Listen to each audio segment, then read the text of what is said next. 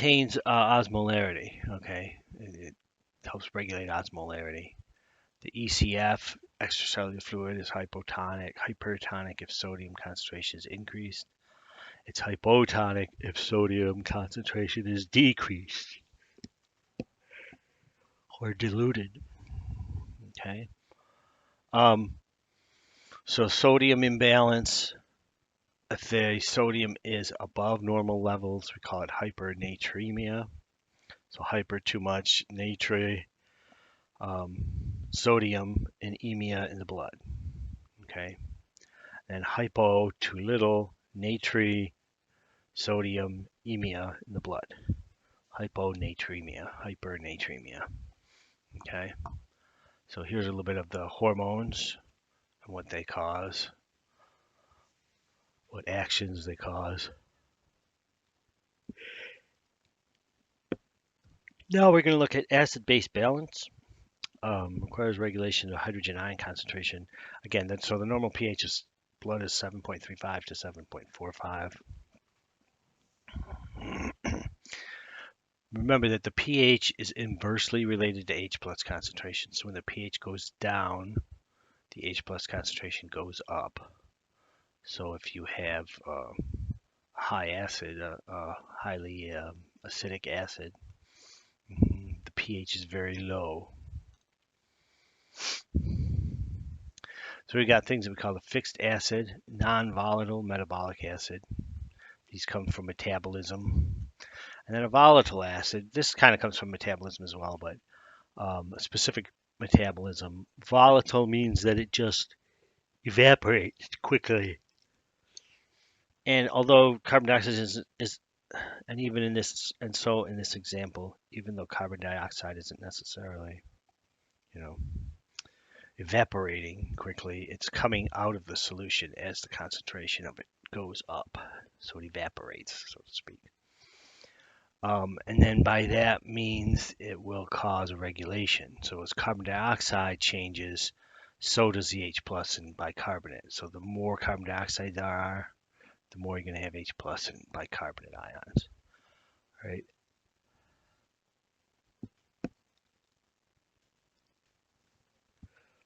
So regulating the volatile acid, carbon dioxide, again, normally eliminated from the lungs. So basically, if we get to acidosis, we get too much acid in the blood, that's because we have too much carbon dioxide in the blood. So we breathe heavier and faster to try to get rid of that carbon dioxide, okay? Um, so in this way, it will regulate the pH. So this is looking at normal levels of CO2. Talk for a minute about how a chemical buffering system works. So there's three important chemical buffering systems: protein, phosphate, and bicarbonate. So imagine, if you will, hydrogen phosphate. Okay. Here, there's only one hydrogen, but it's 2 minus. Here, there's two hydrogens, but it's a minus, a single minus. Okay. So what we got here is a weak base and a weak acid. Remember, a weak base or a base picks up a hydrogen ion. An acid releases a hydrogen ion. Okay. Phosphoric acid is pretty reactive because there's 4 oxygens and there's 4 hydrogens, so it gets rid of one to become acid. But the thing here is that this H plus can come off of the molecule or can get onto the molecule. Okay. And this is how it buffers. So there's a balance. You dissolve these two as salts in a solution. These two phosphates. One is called diabasic and the other is monobasic.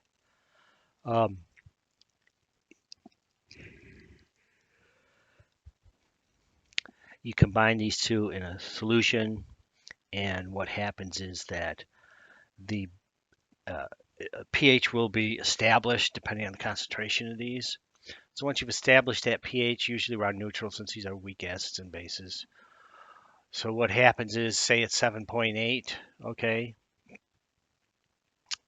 And what you do is, if you add acid to it, okay, if you add acid to that solution, what happens then is some of the acid molecules that come on are going to bind to some of the hydrogen phosphate molecules. All right, it's going to absorb those, and you're going to have more H2PO4 minus, but the pH is going to stay the same. Same thing happens if you add OH, like sodium hydroxide, OH minus. A lot of the OH minuses are going to combine with the H pluses and make it go alkaline. But since it's buffered, H plus comes off of this molecule, the H2PO4, so that it can become HPO4, adding more hydrogen ions to the atom, to the solution, and so maintaining the pH. Okay. Same thing here with carbonic acid and bicarbonate in the extracellular fluid. This is how buffering systems work, and this is how the blood buffering system works. So it maintains it between 7.35 and 7.45.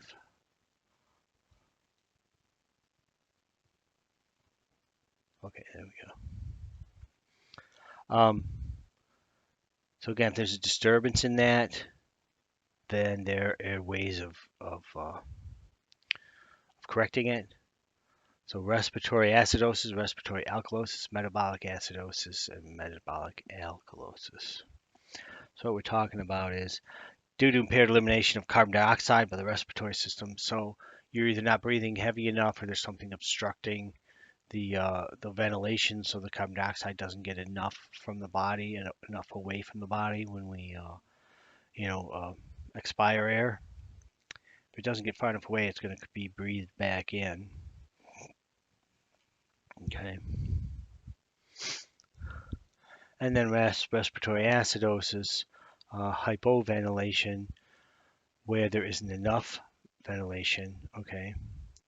So less breathing, shallower and slower breathing causes acidosis because more of the carbon dioxide stays in. When you don't breathe as much, more carbon dioxide stays in the blood. So abnormal respiration rate and blood pH. There's something called compensation, where the body changes its MO, changes what it's giving you, okay, as far as carbon dioxide. And it can do that to regulate the blood pH. If it does so and fixes some of the problem, makes it better but doesn't completely fix it, okay, that's incomplete compensation.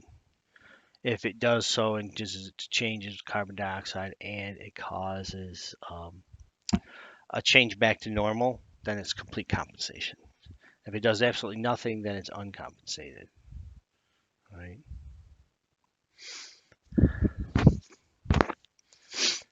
So when we look at the renal composition, when we look at the cells of the tubules, all right, we see that there are specific cells whose job it is to move H plus or OH minus across the cell, transverse the cell, and get to the other side where it's necessary to either emulsify or absorb nutrients, depends on which way it's going. And then there's B cells also reabsorb the H plus and excrete carbon dioxide, bicarbonate ion. So if we try to change the alkalinity or acidosis, change the pH of the blood or maintain the pH of the blood via respiration or breathing, call it respiratory compensation. This is more immediate, but it can also be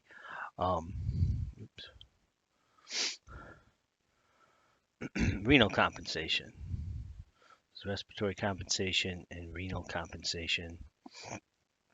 Renal compensation is literally where the cells of the proximal tubule and the distal tubule will literally pick up